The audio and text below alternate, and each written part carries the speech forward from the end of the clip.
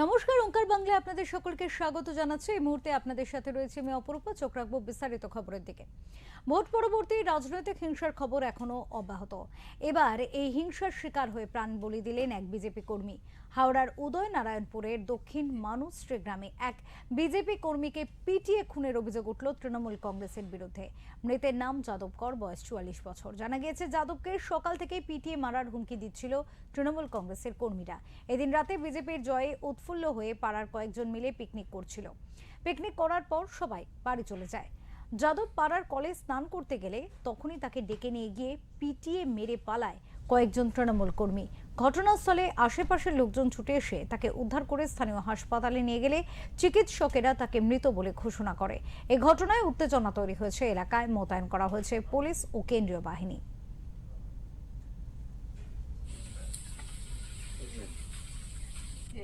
মুখে চাপা দিয়ে টেনে টেনে নিয়ে গেছে চোর বিজেপি জয় শ্রীরাম বলাতেই কি খুন? জয় শ্রীরাম বলেছে, আর আদার্স কোনো কিছু না।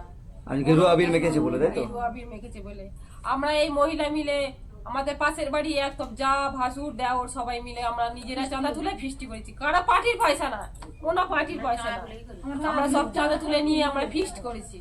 খেয়ে দিয়ে বাড়ি আসার সময় ওকে মুখে চাপা দিয়ে টেনে নিয়ে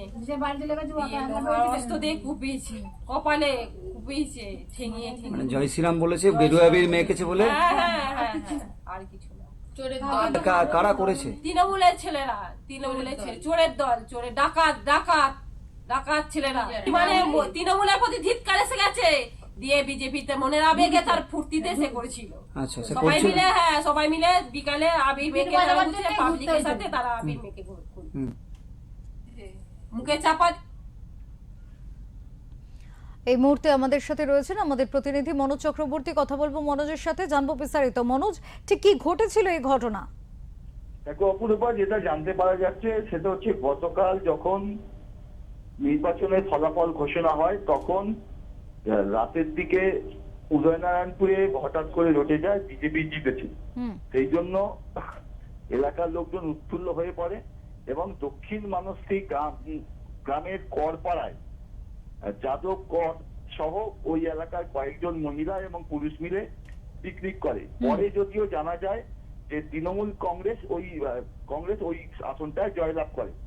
এই পিকনিক করার আগে গতকাল সকাল থেকেই যাদব করকে তৃণমূল কংগ্রেস কর্মীরা মারবে বলে আগে থেকেই হুমকি দিয়ে রেখেছিল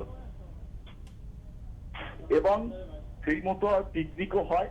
পিকনিক করে বাড়ি যখন সবাই চলে যায় তখন যাদব পাশের কলেতে টিউবওয়েলেতে স্নান করছিল।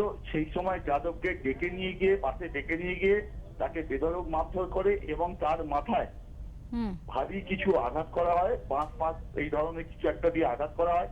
যাদবের চিৎকার করে যাদব ঘটনাস্থলে লুটিয়ে পড়ে। সেই সঙ্গে আশপাশের লোকজন ছুটে আসার ফাঁকেতেই যারা মেরেছে তারা পালিয়ে যায় এবং যাদবকে তুলে নিয়ে গিয়ে হাসপাতালে পাঠালে সেখানে চিকিৎসকরা তাকে মৃত বলে ঘোষণা করা হয়। মনোজ, এই ক্ষেত্রে তাদের পরিবারের তরফ থেকে কি দাবি করছে, তারা কি অভিযোগ করছে? পরিবারের তরফ থেকে যেটা দাবি করা হচ্ছে যে যাদব এলাকায় পরিচিত বিজেপি কর্মী বলে পরিচয় রয়েছে যাদবের, এবং যাদব ওতে জেতার আনন্দে আদি ছেলে ছিল এবং জয় শ্রীরাম বলে এলাকা বাঁচিয়ে রেখেছিল। এই আক্রোশের ফলেই তাকে খুন করা হয়েছে। একেবারে অনেক ধন্যবাদ মনোজ তোমাকে। আমাদের সাথে ছিলেন আমাদের প্রতিনিধি মনোজ চক্রবর্তী। তিনি যেমনটা জানালেন, ভোট পরবর্তী হিংসার বলে এক বিজেপি কর্মী। উদয়নারায়ণপুরে এই ঘটনা, যেখানে রাতে তারা পিকনিক করছিলেন এবং তারপরে পিকনিক করে বাড়ি ফেরার পথে মুখে চাপা দিয়ে তাকে তুলে নিয়ে যাওয়া হয় এবং বেধড়ক মারধর করা হয়। সেই মারের আঘাতেই তার মৃত্যু হয়েছে, এমনটাই অভিযোগ পরিবারের, এবং পরিবারের তরফ থেকে কঠোর শাস্তির দাবি জানানো হচ্ছে।